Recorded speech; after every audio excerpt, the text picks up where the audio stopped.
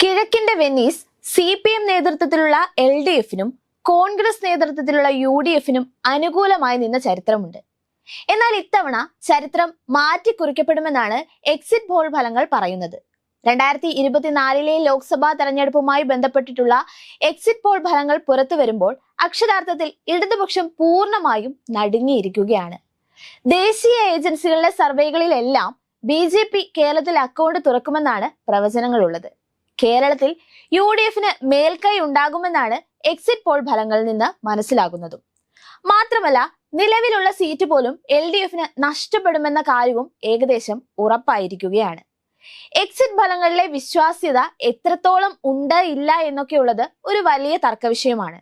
കോൺഗ്രസും LDFും ഒക്കെ ഫലങ്ങൾ തള്ളി പറയുന്നുമുണ്ട്. എങ്കിലും ചില വസ്തുതകൾ ശരിവെക്കുന്ന രീതിയിലാണ് എക്സിറ്റ് ഫലങ്ങൾ പുറത്തു വന്നിട്ടുള്ളതും. കേരളത്തിൽ തിരുവനന്തപുരത്തും തൃശൂരും ശക്തമായ മത്സരമാണ് നടന്നിട്ടുള്ളത് എന്നതിൽ സംശയമേ ഇല്ല.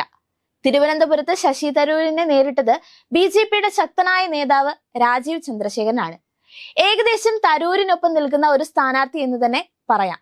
പന്ന്യൻ രവീന്ദ്രന് തന്റെ സാധാരണത്വം കൊണ്ട് കുറച്ചൊക്കെ മുന്നോട്ട് വരാൻ സാധിച്ചു എങ്കിലും ഈ ഒരു മത്സരത്തിൽ ഒന്നുമല്ലാത്ത അവസ്ഥയിലേക്കായിരുന്നു പന്ന്യൻ രവീന്ദ്രന്റെ ഒരു പോക്ക്. തിരുവനന്തപുരവും സുരേഷ് ഗോപി മത്സരിച്ച തൃശൂരും അതിശക്തമായ മത്സരമാണ് നടന്നിട്ടുള്ളത്. CPM BJPക്ക് വോട്ട് മറിച്ച ഒരു മണ്ഡലമെന്ന ആരോപണങ്ങളുമാണ് ഇപ്പോൾ തൃശൂരിനെതിരെ ഉയർന്നുകൊണ്ടിരിക്കുന്നത്. പക്ഷെ അപ്പോഴും ആലപ്പുഴയിൽ നടന്നിട്ടുള്ള ശക്തമായ മത്സരത്തിലെ നിശബ്ദമായ മുന്നേറ്റമാണ് ശോഭാ സുരേന്ദ്രൻ ആലപ്പുഴയിൽ കാഴ്ചവെച്ചിരിക്കുന്നത്. മുഖ്യധാരാ മാധ്യമങ്ങളടക്കം പലരും ശോഭയുടെ മുന്നേറ്റം കണ്ടില്ല എന്ന് വെച്ച് ഒഴിവാക്കി വിട്ടപ്പോഴും അതിശക്തമായ മുന്നേറ്റത്തോടെ തന്നെ ശോഭ കുതിച്ചുയർന്നിട്ടുണ്ട്. മാത്രമല്ല, BJP ആലപ്പുഴയിൽ സീറ്റ് ഉറപ്പിച്ചു എന്നതിന് മറ്റൊരു തെളിവായിരുന്നു ഇടതുമുന്നണിയിലെ സ്ത്രീകളടക്കം ശോഭയ്ക്ക് പിന്തുണയുമായി എത്തിയത്. കേരളത്തിൽ 1 മുതൽ 5 സീറ്റ് വരെയാണ് BJPക്ക് എക്സിറ്റ് പോളുകൾ പ്രവചിച്ചിരിക്കുന്നത്. 5 സീറ്റുകളിലേക്കൊന്നും പോയില്ലെങ്കിലും തിരുവനന്തപുരത്തിനും തൃശൂരിനുമൊപ്പം ചേർത്ത് വെക്കാവുന്ന ഒരു മണ്ഡലമാണ് ആലപ്പുഴ.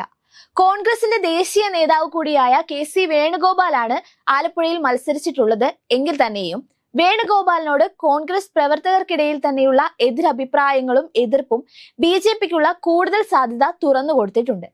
കോൺഗ്രസിന്റെ ഇപ്പോഴുള്ള അവസ്ഥയ്ക്ക് കാരണം KC വേണുഗോപാലാണെന്ന തരത്തിലുള്ള വാർത്തകൾ കുറച്ചു കാലം മുമ്പ് സോഷ്യൽ മീഡിയയിൽ പ്രചരിച്ചിരുന്നു.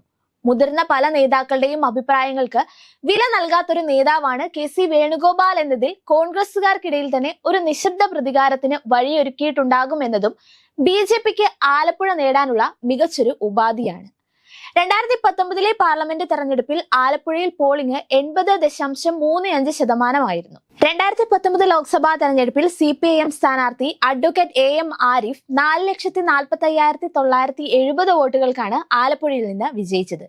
ഇടതുമുന്നണിയെയും UDFിനെയും ഒരുപോലെ താഴെ ഇറക്കി ഇത്തവണ താമര വിരിയുമെന്ന് തന്നെയാണ് പ്രതീക്ഷകൾ. BJPക്ക് പ്രതീക്ഷിക്കാത്ത മുന്നേറ്റവും കോൺഗ്രസ് പ്രവർത്തകർ നിശബ്ദ പ്രതികാരം കൂടി ചെയ്തിട്ടുണ്ടെങ്കിൽ തീർച്ചയായും കേരളത്തിൽ BJP ഉദ്ദേശിക്കുന്ന 3ാമത്തെ സീറ്റായിരിക്കും ആലപ്പുഴയിൽ ശോഭാ സുരേന്ദ്രനിലൂടെ നേടാനാകുക.